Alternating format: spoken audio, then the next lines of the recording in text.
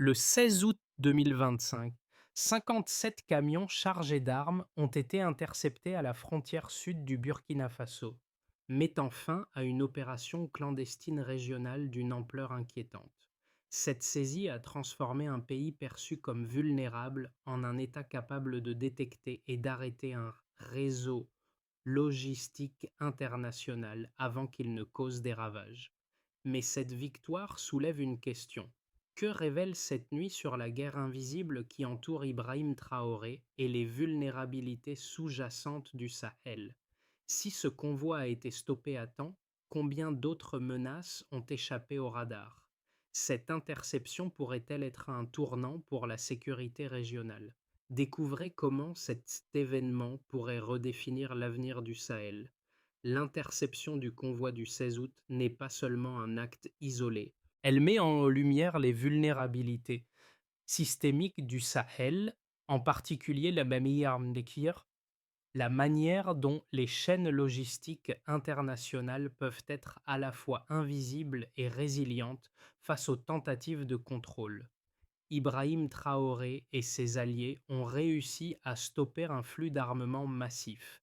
Mais cette victoire soulève des questions beaucoup plus larges sur l'efficacité de la lutte contre des réseaux clandestins transnationaux. Qu'est-ce que cette interception nous apprend sur la capacité de la région à détecter et à contrer de tels complots avant qu'ils ne se réalisent? Les enjeux sont élevés et la réponse de l'État pourrait déterminer si le Burkina Faso pourra maintenir sa stabilité ou s'il sera à la merci de menaces encore plus graves. Cette action ne se limite pas à une réussite tactique.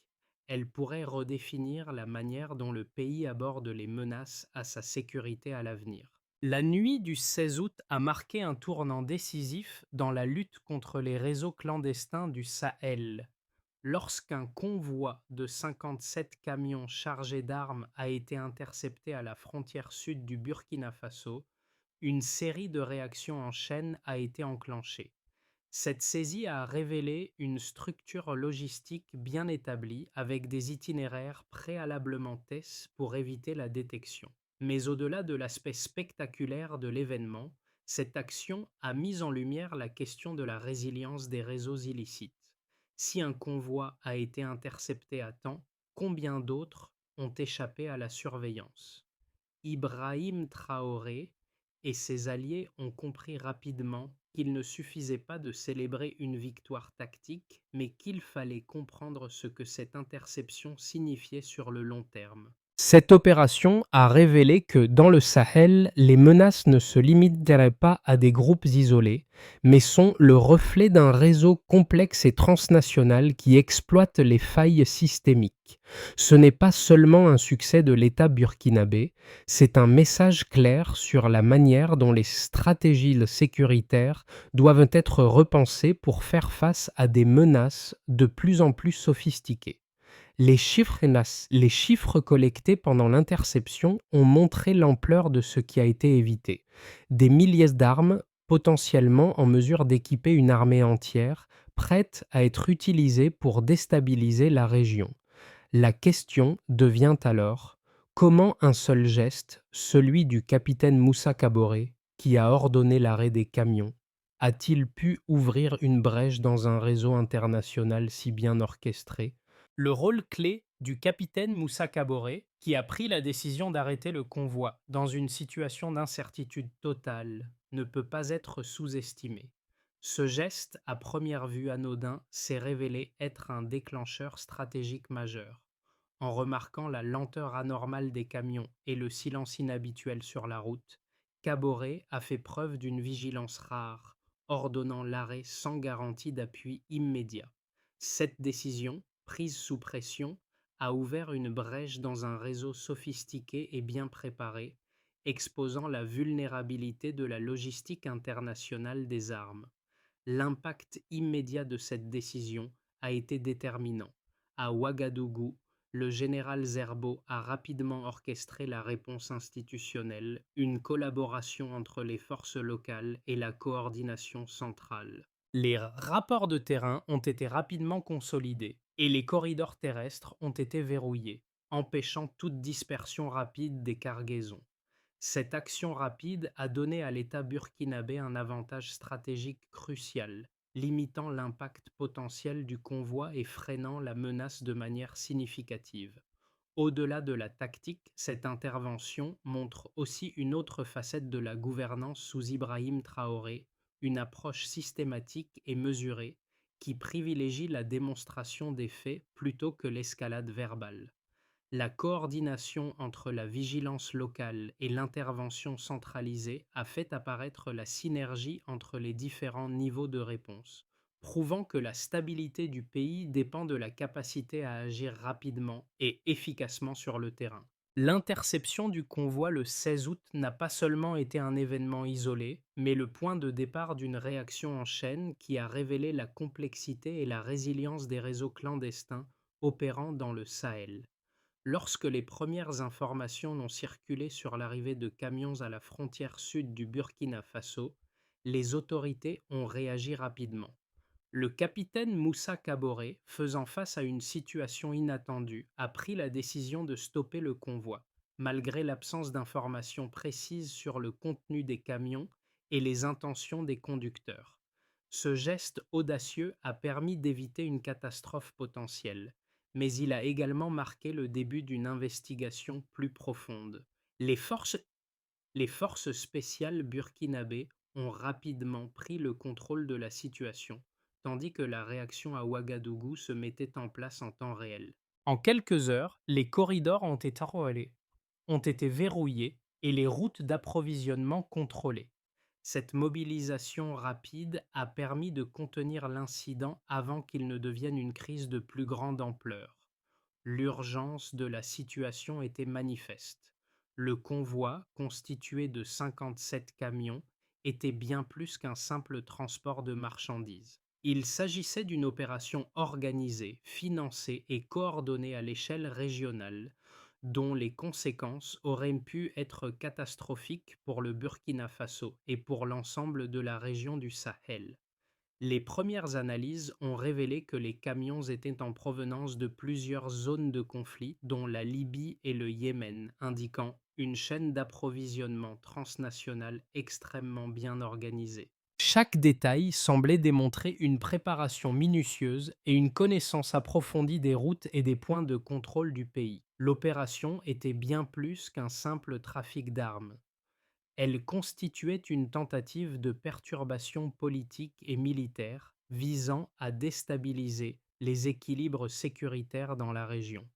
Ce que l'on ne savait pas à ce moment-là, c'est que l'interception de ce convoi aurait des conséquences bien plus larges. En effet, après la saisie, les autorités burkinabées ont découvert des informations révélatrices sur les structures de financement, les itinéraires de repli et les connexions entre différentes cellules terroristes. Le convoi, bien que stoppé, n'était qu'une facette d'un réseau bien plus vaste et plus sophistiqué. Les premières perquisitions ont permis de découvrir des caches d'armes et des stocks de munitions dans plusieurs lieux du pays, ce qui a confirmé que le Sahel était loin d'être à l'abri de cette menace.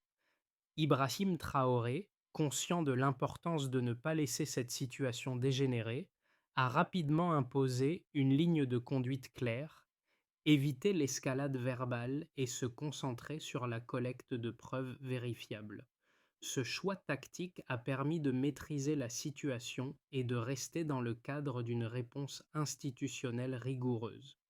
Plutôt que de céder à la tentation de dramatiser l'événement, il a misé sur la transparence et la vérification des faits, tout en rassurant l'opinion publique sur l'efficacité de l'intervention. La réponse à l'incident a montré à quel point la coordination entre les différentes branches de l'État était essentielle. Le travail des analystes à Ouagadougou a été crucial car il a permis de synthétiser rapidement les données sur le terrain et de formuler une stratégie de réponse appropriée. L'intervention rapide a aussi permis de prévenir une fuite des informations et d'identifier les autres routes de passage utilisées par les groupes clandestins. Cette séquence de décisions et d'actions a permis non seulement de sécuriser le pays contre une attaque potentielle, mais aussi de démontrer la capacité de l'État burkinabé à gérer une crise de manière professionnelle et méthodique. Le succès de cette opération pourrait bien être un tournant dans la lutte contre les réseaux illégaux opérant dans le Sahel. Les chiffres collectés au cours de l'interception du 16 août ont révélé l'ampleur de la menace que représentait le convoi d'armement.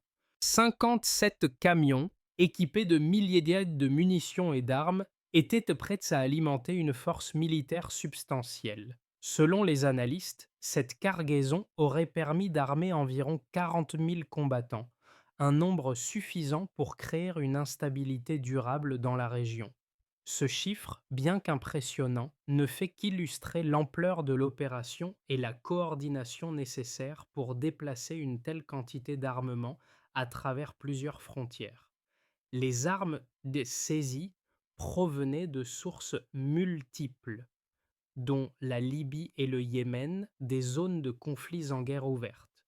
Cette diversité dans les origines des armements indique non seulement la sophistication du réseau logistique, mais aussi sa résilience face aux tentatives de détection. Les experts parlent de logistique modulaire pour décrire un réseau capable de remplacer ses maillons sans que l'ensemble ne soit affecté par une saisie ou une interruption. Cette capacité à se reconfigurer rapidement rend la tâche des autorités bien plus complexe, car elle exige une surveillance continue et une adaptation constante des stratégies sécuritaires. Un autre élément quantifiable qui a attiré l'attention des autorités était l'empreinte financière de l'opération. Les enquêteurs ont estimé que le financement total des opérations se chiffrait à environ 3 milliards de dollars, répartis sur 41 comptes bancaires dans 7 juridictions différentes. Cette dispersion des fonds a pour but de contourner les systèmes de détection classiques, rendant la traçabilité des flux financiers beaucoup plus difficile. Les autorités burkinabées ont ainsi mis en place des mécanismes pour surveiller et suivre les transactions financières suspectes afin de repérer d'éventuels complices internes ou extérieurs. Enfin, un autre facteur qui a permis de quantifier la menace résidait dans les routes utilisées par les camions. L'itinéraire emprunté était soigneusement étudié pour éviter les points de contrôle habituels. Les analystes ont révélé que les camions avaient utilisé des routes secondaires, peu surveillées, mais bien connues des conducteurs et des responsables locaux. Cela indique une connaissance approfondie du terrain et la capacité à exploiter les failles du système de sécurité. Ces informations ont été cruciales pour l'établissement de nouvelles stratégies de surveillance dans les régions frontalières. Les informations recueillies ont permis non seulement de mieux comprendre le mode de fonctionnement de ces réseaux clandestins, mais aussi de renforcer la stratégie de sécurité nationale. Elles ont aussi permis de réorienter les priorités des services de renseignement, en mettant l'accent sur la surveillance des flux financiers et des itinéraires utilisés par ces réseaux. Cela a entraîné une série de réformes dans la manière dont le Burkina Faso et ses voisins abordent la question de la sécurité transnationale et la lutte contre le trafic d'armement. Les conclusions tirées de l'incident du 16 août sont claires. Bien que la saisie de ce convoi ait été un succès tactique, elle a aussi révélé des vulnérabilités systémiques dans la région. Pour que ce type de menace soit efficacement contrée à l'avenir, une coopération renforcée entre les pays du Sahel et une meilleure coordination entre les services de renseignement seront indispensables. La prise de conscience générée par cet événement devrait conduire à une approche plus proactive et intégrée de la sécurité dans la région.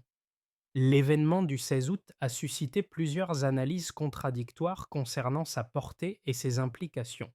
D'un côté, une lecture majoritaire dans les services de sécurité burkinabés soutient que l'interception du convoi est la preuve d'une ingérence extérieure structurée.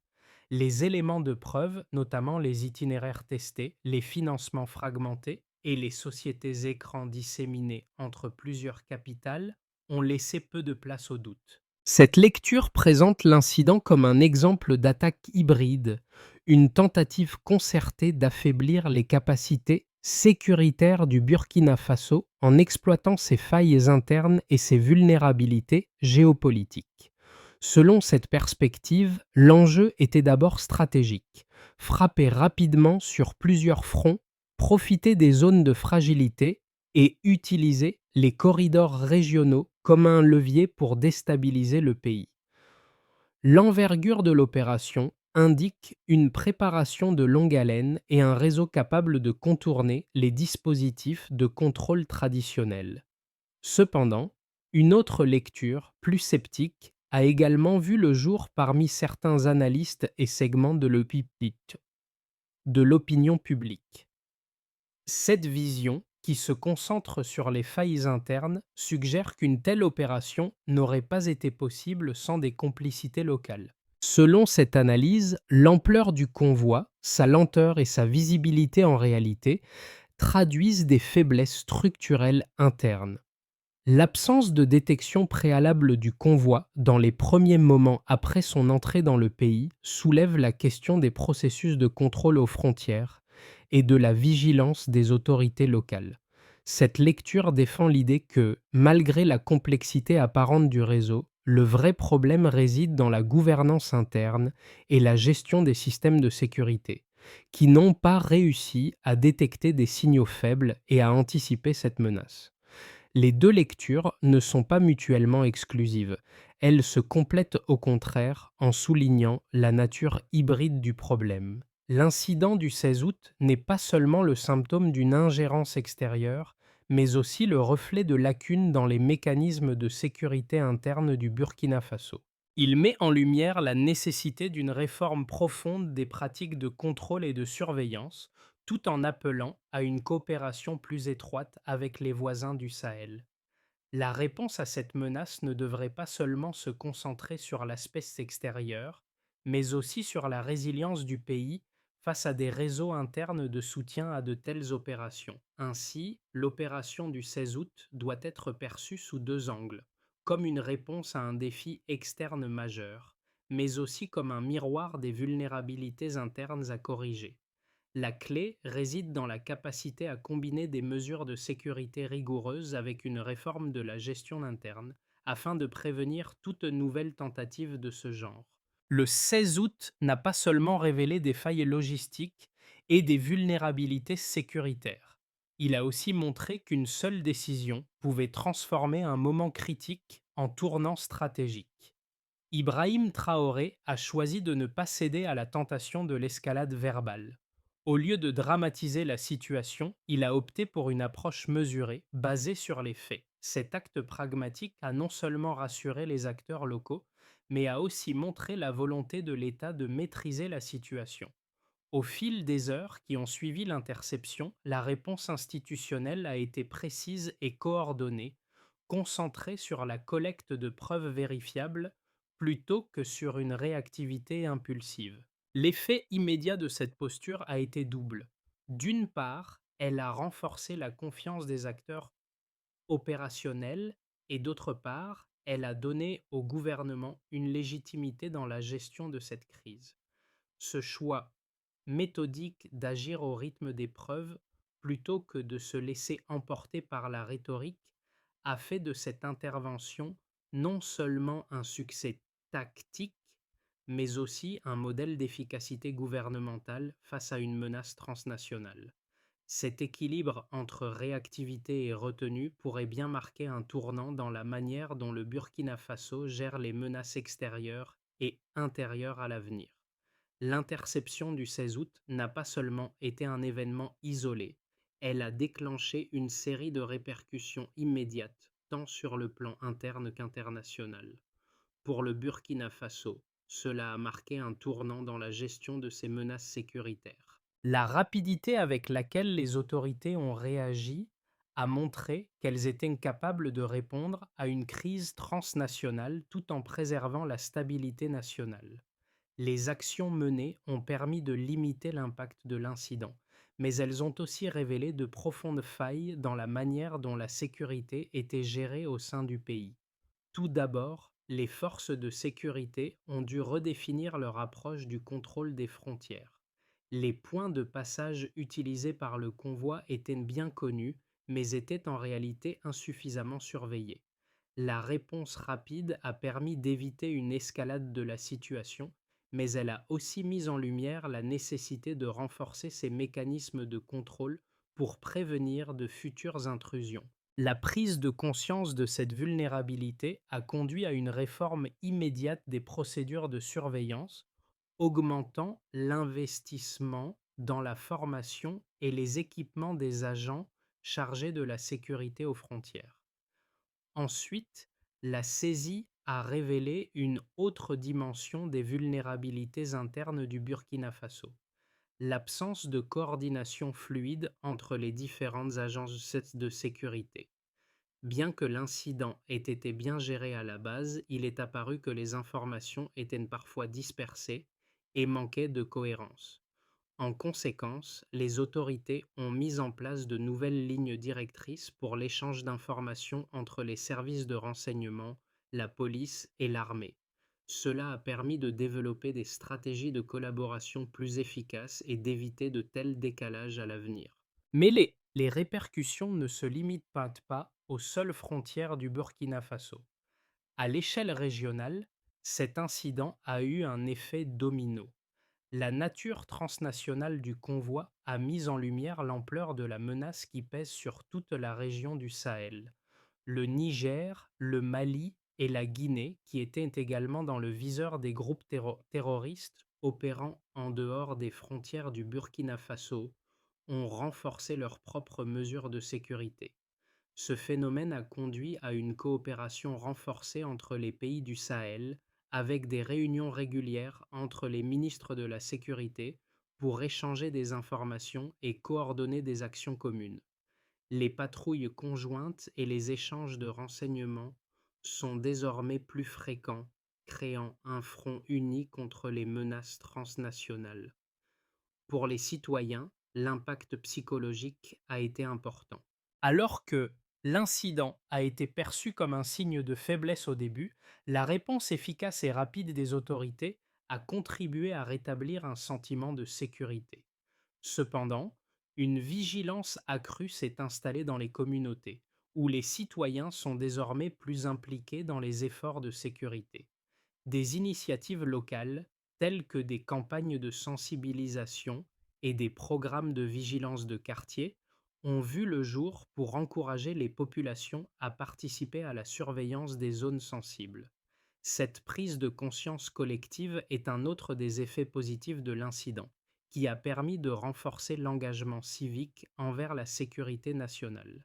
Enfin, sur le plan diplomatique, l'incident a eu un impact sur les relations internationales du Burkina Faso. L'interception du convoi a attiré l'attention de la communauté internationale, qui a salué la rapidité et l'efficacité de la réponse des autorités burkinabées. Cela a renforcé la position du pays au sein des institutions régionales et internationales, notamment au sein de la CEDEAO et de l'Union africaine. Les soutiens venus de pays partenaires, notamment de la France et des États-Unis, ont permis de renforcer les ressources techniques et logistiques du Burkina Faso pour mieux lutter contre les menaces sécuritaires transnationales à l'avenir. Ainsi, les répercussions de cet incident ont été profondes, avec des ajustements immédiats sur le plan sécuritaire, une coopération régionale renforcée et une prise de conscience accrue au sein de la population. Cette crise, bien que déstabilisante, a permis de dévoiler les failles tout en offrant des opportunités de renforcement des mécanismes de sécurité à plusieurs niveaux. À la suite de l'incident du 16 août, plusieurs scénarios se dessinent pour l'avenir immédiat du Burkina Faso, chacun dépendant des choix stratégiques faits par les autorités nationales et leurs partenaires régionaux. Ces choix détermineront non seulement la sécurité interne du pays, mais aussi son rôle dans la stabilité de toute la région du Sahel. Commençons par une première possibilité, celle d'une réponse conservatrice. Dans ce scénario, le Burkina Faso continue à se concentrer sur la consolidation de ses dispositifs actuels. Les autorités renforcent la surveillance des frontières et poursuivent la coopération avec les pays voisins, mais sans mettre en place de changements radicaux dans leur approche de la sécurité. La vigilance reste élevée, mais les réformes sont progressives et limitées. Les forces de sécurité bénéficient d'une formation continue et les technologies de surveillance sont améliorées, mais sans que des changements structurels majeurs ne soient apportés. Dans ce contexte, le pays maintient une relative stabilité, mais les menaces restent présentes et la capacité de réponse face à des incidents similaires demeure une priorité pour les autorités. Une seconde possibilité, plus encourageante, repose sur un renforcement de la coopération régionale. Ce scénario envisage une intégration plus poussée du Burkina Faso dans les efforts sécuritaires régionaux. Le pays, soutenu par ses voisins du Sahel, met en place une coopération plus structurée, incluant des patrouilles communes, des échanges de renseignements plus efficaces et un partage des ressources pour contrer les groupes terroristes. Les réformes institutionnelles sont plus ambitieuses, notamment en matière de coordination des forces de sécurité et de gestion des crises. Les investissements dans la formation des agents de sécurité ainsi que dans les technologies de détection sont considérablement augmentés. Cette dynamique génère un climat de stabilité accru dans la région et le Burkina Faso devient un acteur clé de la coopération sécuritaire dans le Sahel, renforçant ainsi ses relations diplomatiques et économiques avec ses partenaires internationaux. Enfin, une troisième possibilité, plus inquiétante, serait celle d'une intensification des tensions internes et externes. Dans ce scénario, l'incident du 16 août ne déclenche pas les réformes nécessaires et le Burkina Faso reste vulnérable à de nouvelles incursions de groupes terroristes. Les tensions internes augmentent en raison de la mauvaise gestion de la crise et des failles dans la coordination entre les différentes agences de sécurité. Les divisions politiques internes compliquent davantage la réponse à la menace, avec des contestations sur la manière dont le pays devrait répondre à l'escalade des attaques terroristes. En parallèle, les pressions externes s'intensifient, notamment de la part des partenaires internationaux, qui demandent une action plus significative et rapide. Si le Burkina Faso ne parvient pas à surmonter ses défis internes et à renforcer ses capacités de sécurité, la situation pourrait se détériorer rapidement, entraînant une instabilité prolongée et une augmentation des investissements étrangers et locaux dans des initiatives de sécurité. Pour finir, une conclusion s'impose. Ces trois scénarios montrent l'importance de la réponse immédiate et des décisions prises par les autorités burkinabées pour sécuriser l'avenir du pays. Le choix entre une approche conservatrice, une coopération régionale renforcée ou une gestion défaillante des tensions internes et externes aura des implications profondes sur la stabilité du Burkina Faso et de ses voisins dans les mois à venir. La capacité du pays à gérer cette crise et à évoluer de manière proactive en fonction de ses failles sécuritaires sera déterminante pour son avenir. L'interception du convoi du 16 août a eu des répercussions bien au-delà du simple domaine sécuritaire, affectant les citoyens ordinaires, les acteurs économiques et même les institutions éducatives. Pour les citoyens du Burkina Faso, cet événement a été un réveil brutal mais nécessaire. Les images du convoi intercepté et les rapports CC des rastes saisis ont alimenté une prise de conscience collective sur les menaces invisibles qui pèsent sur leur sécurité. Cette situation a incité les populations à se questionner sur leur propre rôle dans la protection de leur pays. Le sentiment général était celui d'un soulagement, mais aussi d'une inquiétude croissante face à l'ampleur de la menace. L'incident a conduit à des discussions locales, notamment dans les écoles et sur les marchés, où la vigilance et la coopération sont désormais des thèmes centraux. D'un autre côté, les acteurs économiques ont réagi de manière partagée. Les petites entreprises ont observé une certaine réticence à investir dans un environnement perçu comme incertain. Cependant, un retournement a eu lieu lorsque la situation a été maîtrisée et que les autorités ont renforcé leurs mesures de sécurité. Un sentiment de confiance prudente a commencé à se répandre, avec une hausse notable des dépôts bancaires et un retour progressif des investissements locaux. Cela a montré que, malgré l'incertitude immédiate, la résilience du pays et sa capacité à réagir de manière structurée ont permis de restaurer une forme de stabilité économique. Les, les jeunes et les institutions éducatives ont également été profondément marqués. Dans les écoles, la crise a ouvert un dialogue sur la souveraineté, la responsabilité collective et l'importance de comprendre les enjeux géopolitiques. Les jeunes ont réclamé plus d'informations et d'éducation sur les risques géopolitiques, la coopération régionale et le rôle de la société civile dans le maintien de la sécurité. Ils ont compris que la défense de leur pays n'est pas seulement une affaire de militaires ou de policiers, mais une responsabilité partagée. Suite à l'incident du 16 août, plusieurs mesures stratégiques ont été mises en place pour renforcer la sécurité nationale du Burkina Faso. La priorité a été donnée à la mise en place de mécanismes de contrôle plus rigoureux et d'une collaboration renforcée avec les pays voisins. La première étape de cette réponse a consisté à établir des zones de surveillance continue le long des itinéraires sensibles. Ces zones sont désormais surveillées par des unités mixtes composées de l'armée et des douanes, avec des patrouilles régulières afin de dissuader tout trafic illégal. Le succès de cette mesure sera mesuré par la réduction des flux non déclarés sur les routes utilisées par les groupes clandestins dans les prochains mois. La deuxième étape a impliqué une fusion des données. Les forces de sécurité du pays ont interconnecté leurs bases de données, celles de la police, de l'armée, des douanes et des cellules cyber, afin de raccourcir le délai entre la détection de signaux faibles et l'intervention. La réussite de cette initiative sera évaluée en termes de temps gagné entre la première alerte et l'action effective des forces de sécurité. Ce système permettra de rendre la réponse plus agile et réactive, en intégrant toutes les informations disponibles en temps réel.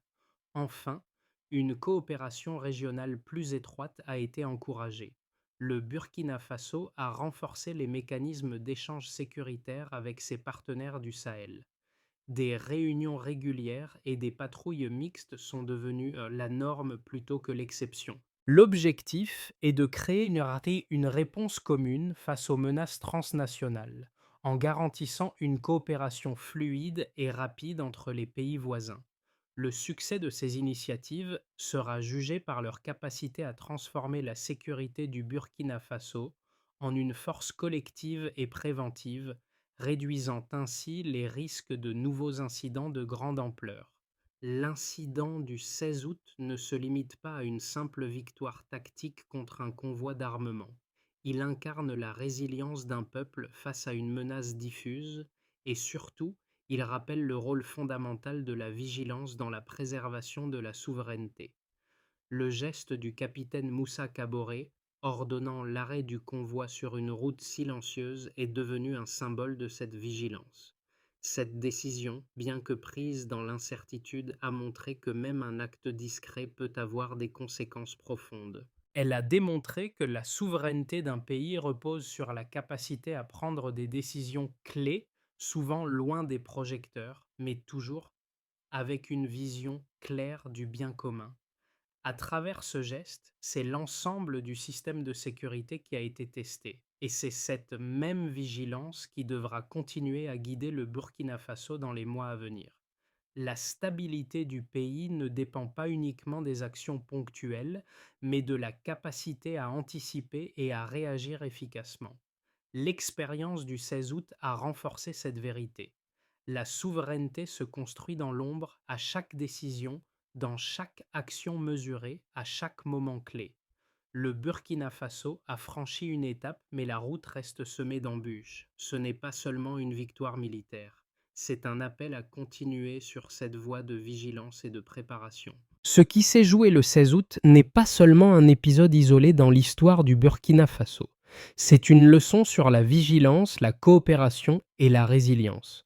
Le pays, tout comme ses voisins, se trouve à un carrefour où chaque décision compte. L'enjeu désormais est clair. Comment transformer cette prise de conscience en action durable tout en maintenant une société ouverte et dynamique sans sacrifier la sécurité au nom de l'effort militaire? Le rôle de chacun, du citoyen aux institutions, est essentiel pour pérenniser cette dynamique. Il est nécessaire d'approfondir la coopération régionale, de renforcer les mécanismes de sécurité et de maintenir un dialogue ouvert avec les partenaires internationaux. Le Burkina Faso peut-il devenir un modèle pour une région plus unie et plus sécurisée? C'est une question à laquelle tous les acteurs doivent répondre, non pas seulement en paroles, mais par des actions concrètes. Maintenant, c'est à vous de réfléchir. Quel rôle chacun de nous peut-il jouer pour renforcer la souveraineté et la stabilité dans un monde de plus en plus interconnecté? Le débat est ouvert et vos idées comptent. Rejointe.